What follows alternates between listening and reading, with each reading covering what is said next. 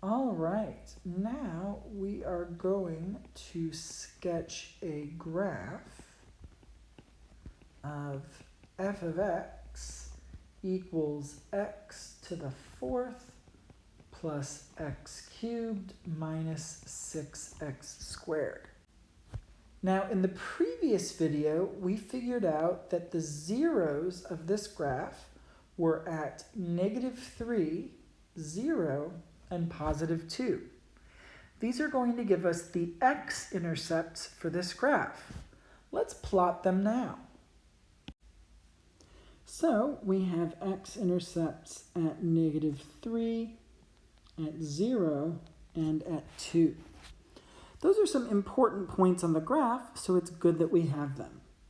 Now, I would usually look for the y-intercept, but because we had an x-intercept of 0, that's already the y-intercept, so that's not going to be any more work that we need to do.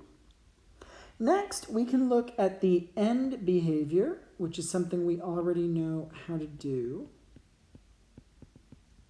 Remember that the end behavior comes solely from the leading term. In this case, it's x to the fourth. And what this means is that we're going to be going up in both directions, on the left and on the right. So from these outer intercepts, we're going to be going up. But we don't know what's going on in the intervals in between. We don't know if we're going up and then down, or down and then up, or up, or down and down. So what we need to do is we need to figure out what's going on in these two intervals. There's two ways that we can do that. We could make a sign chart to figure out if the function's going to be negative or positive in between these, or we could pick individual test points and evaluate the function to see whether we're above or below. Either of these methods will tell us if we're going to be above the x-axis or below the x-axis, but picking individual points gives us more information because it'll tell us exactly how high we are or how low we are, which will help us sketch a better graph. So we want to actually pick test points on each of these intervals. For this interval right here, I'm going to pick 1 because it's the only integer between 0 and 2, and integers are easier to use than other numbers. And then to the left here, we can pick -1 or -2. Let's actually do both. We've got time. It's not a big deal. So we'll make a little table of values. We're picking 1, -1, and -2 for our values. And then we need to evaluate the function at each of those numbers. When we evaluate it at 1, it's going to be 1 to the fourth plus 1 cubed minus 6 times 1 squared. 1 to the fourth is 1, 1 to the third is 1, and then 1 squared is 1, 6 times 1 is 6. 1 plus 1 minus 6 is -4. So we've got the point 1, -4, which is right there. Next, we'll plug in -1. -1 to the fourth plus -1 to the third minus 6 times -1 squared. -1 to the fourth is still +1, but -1 cubed is -1. And the last term is going to stay negative because a negative squared is positive, and then -6 times +1 is -6. 1 minus 1 minus 6 is -6. So we've got the point -1, -6, which is right there. And then let's see what happens when we plug in -2. This will be -2 to the fourth plus -2 cubed minus 6 times -2 squared. -2 to the fourth is +16. -2 squared is going to be -8. And then here, -2 squared is 4, and -6 times 4 is -24. So we've got 16 minus 8 is 8, and 8 minus 24 is -16. So we've got the point -2, -16, which is all the way down here. So let's take a look at what we've got.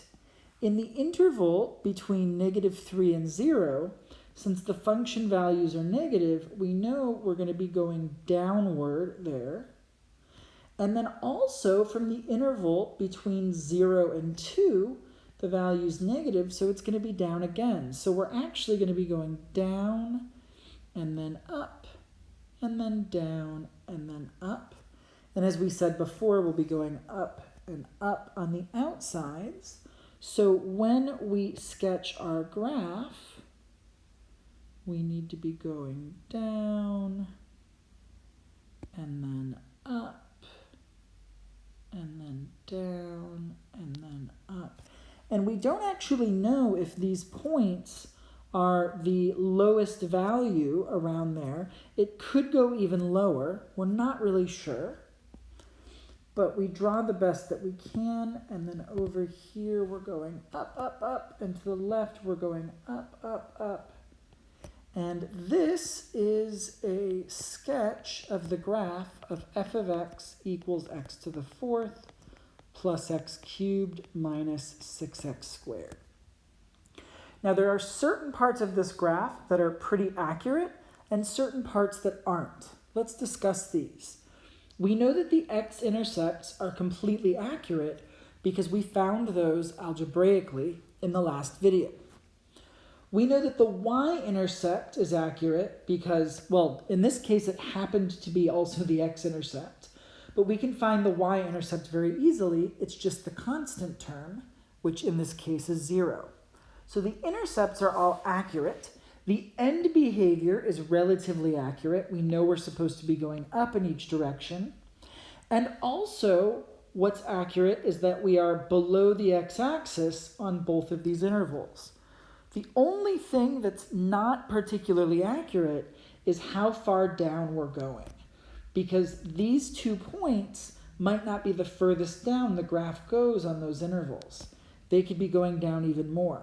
And in this case, actually, we could be going down to the left of this one and then coming back up to go through that point. Now, unfortunately, if we want to know exactly where these, we call them local minimum values. It's the lowest value in a little area for the graph. If we want to be able to accurately find these local minimum values, we need to learn calculus. So this is something that's going to be explored in calculus.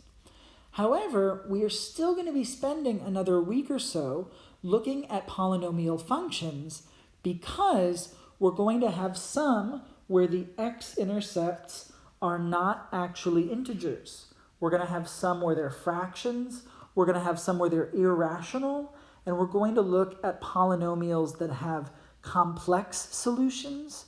So there's really a lot going on, and the examples that we've looked at so far are fairly basic as far as polynomial functions go. So please watch the linked videos so that you can get a little bit experience graphing a couple more of these, and then we're going to move on to all of the different ways that we can find the zeros when they're integers, when they're fractions, when they're irrational numbers, and even when they're complex numbers.